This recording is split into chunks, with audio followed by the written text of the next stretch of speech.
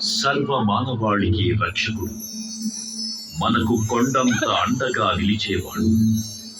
మనసులో తలచిన వెంటనే గుండెల నిండా ధైర్యాన్ని నింపగలిగే మహాయోధుడు, అభయహస్తంతో ఎల్లవేళలా మనల్ని కాపాడే ఆ పవనపుత్రుడిని ఇప్పుడు మనసారా స్తుతించుకుంటూ శ్రీ పంచముఖ ఆంజనేయ స్వామిగా అవతారమెత్తిన కథని దృశ్య రూపంలో తిలకిద్దాం రండి.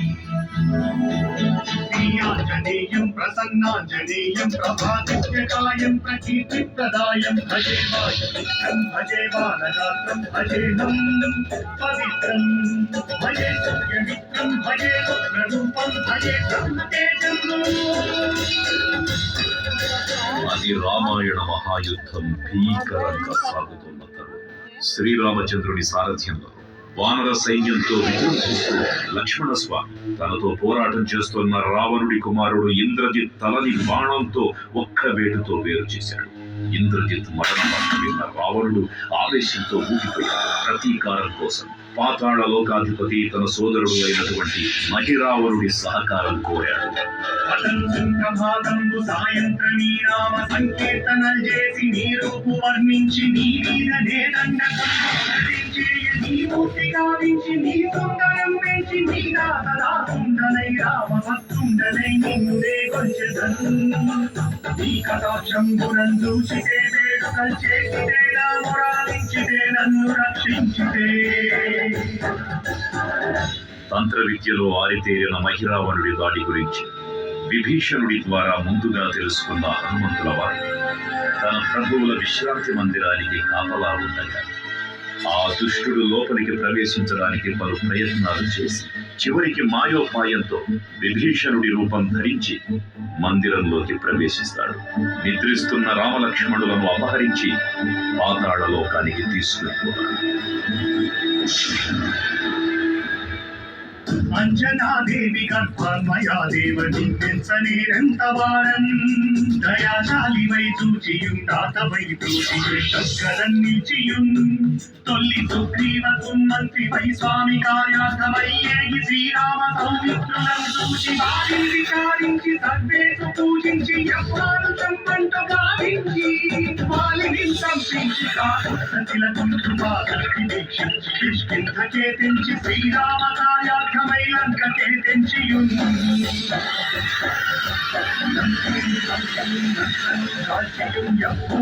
చూచి ఆనందము పొంగి ఆయుందరం విచ్చి ఆరత్నముందెచ్చి శ్రీరామమునిచ్చి సంతోషముంజేది. తన ప్రభువులను కాపాడుకోవడానికి వాయువేగంతో పాతాళ లోకానికి చేరుకున్న ఆంజనేయ స్వామికి సగం మొసలి సగం వానర రూపంలో ఉన్న వింత జీవి ముఖద్వారం వద్ద కాపలా కాస్తూ కనిపిస్తుంది.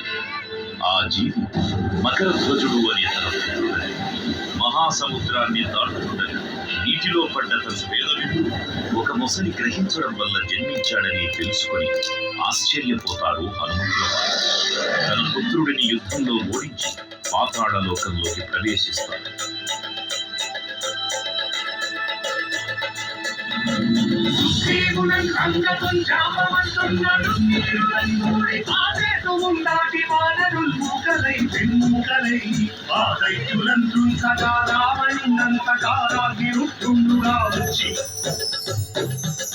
బ్రహ్మాండమైనట్టి ఆ శక్తిని వైచి ఆ లక్ష్మణం మూర్తనుందింపగానప్పుడే నీవు సంజీవిని తెచ్చి సౌమిత్రికి నిచ్చి ప్రాణం రక్షింపగా కుంభకర్ణాదులం వీరులం పోల శ్రీరామ బాణాసి వారంతరిన్ రావణుం సంపదానంత లోకం పురానంతమయ్యుండన ప్రేరణం విభీషణుడేడు కంతోడుకను వచ్చి పట్టాభిషేకంబు చేయించి సీతామహాదేవిని తెచ్చి శ్రీరామునిచ్చి అంతన్నయోధ్యాపురించొచ్చి పట్టాభిషేకంబు సంరంభమయ్యున్నా.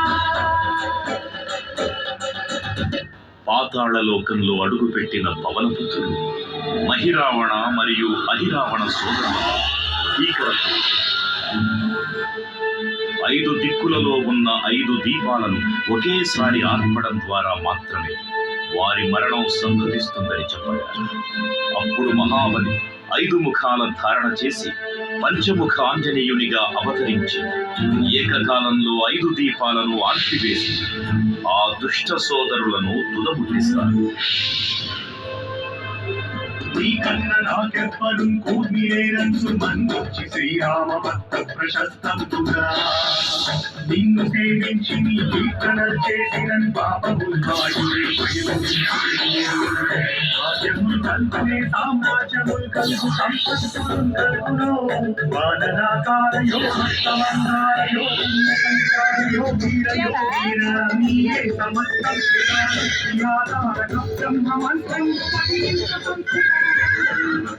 వజ్రదేహం పొందాచి శ్రీరామయంసు మనసు పూతమైన ఎప్పుడు తప్పకన్ను తనకు రాజిత్మయందు నీది కదేహము త్రైలోక్య సంచారిమై రామనామై బ్రహ్మదేహము సంగౌతని జ్వాలా కల్లోల వీర హనుమంత ఓంకార శబ్దంబులన్ భూత ప్రేతంబులన్ పెంటి సాశంబులన్ శాకిని శాకినిత్యాబులన్ కాలి దెయ్యంబులన్ నీదు వారంబులన్ దుత్తి నేరంబులన్ వట్టి నీ ముష్టి కాలంబులన్ ఆకుదండంబులన్ దోమకండంబులన్ తుంచి కాలాతిరుతుండవై నీవు బ్రహ్మై నిత్యదేహంబులన్ చూచి రాలోని నా ముక్తు నరసింహయంతు